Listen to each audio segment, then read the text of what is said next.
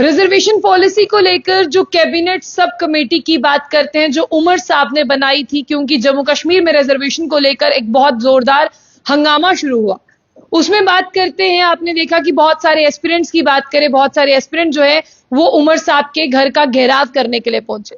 उमर साहब उसी दिन शाम को मिले और उन्होंने अपने कैबिनेट मिनिस्टर्स की अगर बात करते हैं, जिसे उसकी एक कमेटी बनाई जिसमें 3 मिनिस्टर जो हैं वो शामिल थे, लेकिन उसे हेड जो है वो सकीना मसूद इत्तू कर रही थी।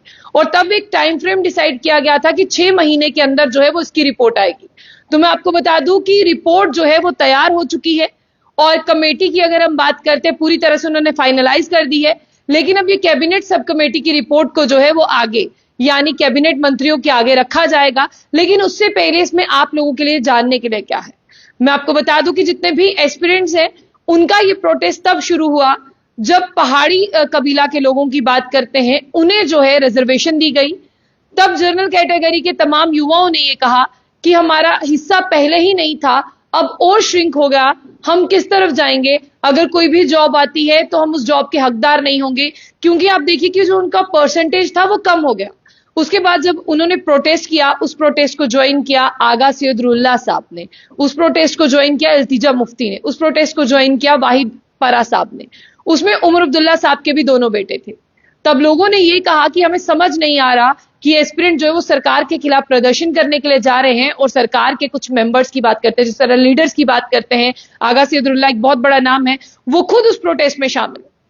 हालांकि मैं आपको ये भी बताऊं, उसके बाद आगा सैयदुल्लाह साहब ने ये भी कहा कि देखिए सरकार भी अपनी है, उमर साहब भी अपने हैं और एस्पिरेंट्स भी अपने हैं, इनके साथ खड़ा होना पड़ेगा।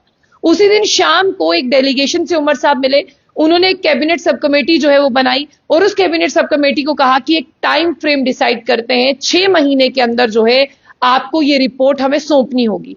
तो सकीना मसूद इत्तू ने भी ये जानकारी दी है, जो इस कमेटी को हेड कर रही थी, कि हमने अपनी रिपोर्ट बनाकर तैयार कर दी है, इसे बहुत जल्द हम कैबिनेट मंत्रियों के सामने जो है वो रखने जा रहे हैं। लेकिन उसके साथ साथ मैं आपको ये बताऊं, क्या आपको इससे ज्यादा उम्मीदें होनी चाहिए? क्योंकि आप देखिए कि ऑलरेडी अगर हम जनरल कैटेगरी की बात करते हैं, उसका हिस्सा पहले ही बहुत कम था। लेकिन जब यहां से जो है वो लोगों को दिया गया, इसमें से यानी पहाड़ी कबीला के लोगों को दिया गया, तब भी जनरल कैटेगरी का कुछ हिस्सा काट के जो है वो वहां पर दिया गया, जिसके बाद उन्होंने कहा कि हमारा परसेंटेज बहुत कम हो गया है। लेकिन अब जितने भी लोग मुझे देख रहे हैं, उसमें ओपन मैरिट में जो भी बिलोंग करते हैं, उन्हें ये सोचना होगा कि कितना ही परसेंट आपको जो है वो दिया जाएगा। क्योंकि आप देखें कि अगर आप देखते हैं यहाँ पर रिजर्वेशन की बात करते हैं, चाहे मैं एसटी की बात करूं, ST 1 और ST 2 हो गई, चाहे मैं उसके साथ अगर बात करती हूँ SC की, OBC की बात करती हूँ, इन सबको रिजर्वेशन में लाया। ALC भी जिस तरह से, ये सारी रिजर्वेशन की बात करते हैं, इनसे मिलकर जो है जनरल कैटेगरी के लिए 30% जो है वो यहाँ पर बचा हुआ है। तो 30% में अगर बात करते हैं तो कश्मीर की अगर मैं सबसे ज्यादा बात करूं तो वहां पर मोस्टली जो एस्पिरेंट है वो जर्नल से बिलोंग करते हैं। तो अगर आप देखिए जम्मू की बाकी जगहों में, तो वहां पर जिस तरह से आप पुंछ राजौरी की बात करें, वहां पर ST है, अगर आप जम्मू में आए वहां पर SC है, तमाम बॉर्डर बेल्ट की बात करें वहां पर भी कुछ कुछ रिजर्वेशन है जो बॉर्डर एरिया के हिसाब से अलॉट की गई है। लेकिन अब इसमें जब आप ये देखें कि 6 महीने पूरे हुए हैं जब कमेटी अपनी रिपोर्ट सौंप रही है, तो आपको कितनी होप रखनी है? सबसे पहले आपको ये देखना होगा, क्या जो कोटा आपको दिया गया था उसमें से जब रिड्यूस किया गया तो आपके पास बहुत कम बच गया, तो क्या सरकार अब आपको उन रिजर्वेशन में से काट कर देगी? ये आप बिल्कुल भूल जाइए, क्योंकि सोर्सेज के हवाले से, जराये के हवाले से खबर भी हमारे पास यही है कि उसमें से जो है वो आपको नहीं मिलने वाला। तो क्या वहां पर जब जॉब पॉलिसी की अगर हम बात करते हैं, उसे फ्रेम किया जाएगा, तो क्या उसे इस तरह से रखा जाएगा कि जनरल वालों को भी जो है इसका पूरा फायदा मिले?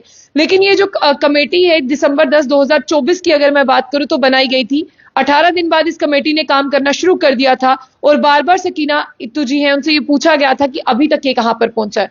तो साफ तौर पर मैं आपको बता दूं कि उन्होंने यही कहा था कि 6 महीने के लिए कमेटी बनाई गई है, बहुत जल्द इसका फैसला होगा। लेकिन जब यहाँ पर जो है असेंबली सेशन भी शुरू हुआ था, उसमें भी बार बार यही सवाल पूछा गया था कि कहां पर है वो रिपोर्ट।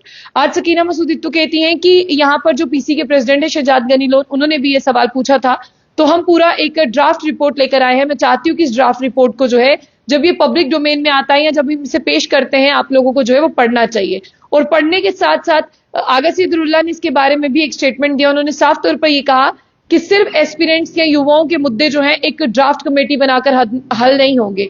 इनके आगे भी फर्दर उनके लिए सोचना पड़ेगा, जॉब पॉलिसी फ्रेम करनी पड़ेगी, उन्हें किसी ना किसी वर्क में एंगेज करना पड़ेगा और किसी ना किसी वर्क में एंगेज करने के साथ साथ जो है हमें उनके लिए जॉब्स जो है वो क्रिएट करनी होगी। More and more jobs create करेंगे तभी जो है वो अपने फ्यूचर को लेकर वरीड है और तभी जो है वो घरों से बाहर निकलते उन्हें लगता है कि हमारे बारे में सोचने वाला कोई नहीं है। फिलहाल अभी ये ड्राफ्ट रिपोर्ट जो है वो पब्लिक डोमेन में आई नहीं है, ना ही अभी ये पेश की गई है। अभी ये सिर्फ पूरी तरह से बन के तैयार है। तो जितने भी लोग ये सवाल पूछ रहे थे या जिन्हें ऐसे लग रहा था कि ये कमेटी नहीं बनी होगी या इस कमेटी को लेकर जो है अभी भी बहुत सी चीजें जो है वो बकाया होंगी, तो ये फुल हो यानी पूरी तरह पर ये डॉक्यूमेंट तैयार है। लेकिन इसे तैयार होने के बाद जो जनरल कैटेगरी वाले सोच रहे थे उनके लिए कुछ नया है या नहीं, ये सबके लिए एक खास बात होगी इसे देखने के लिए।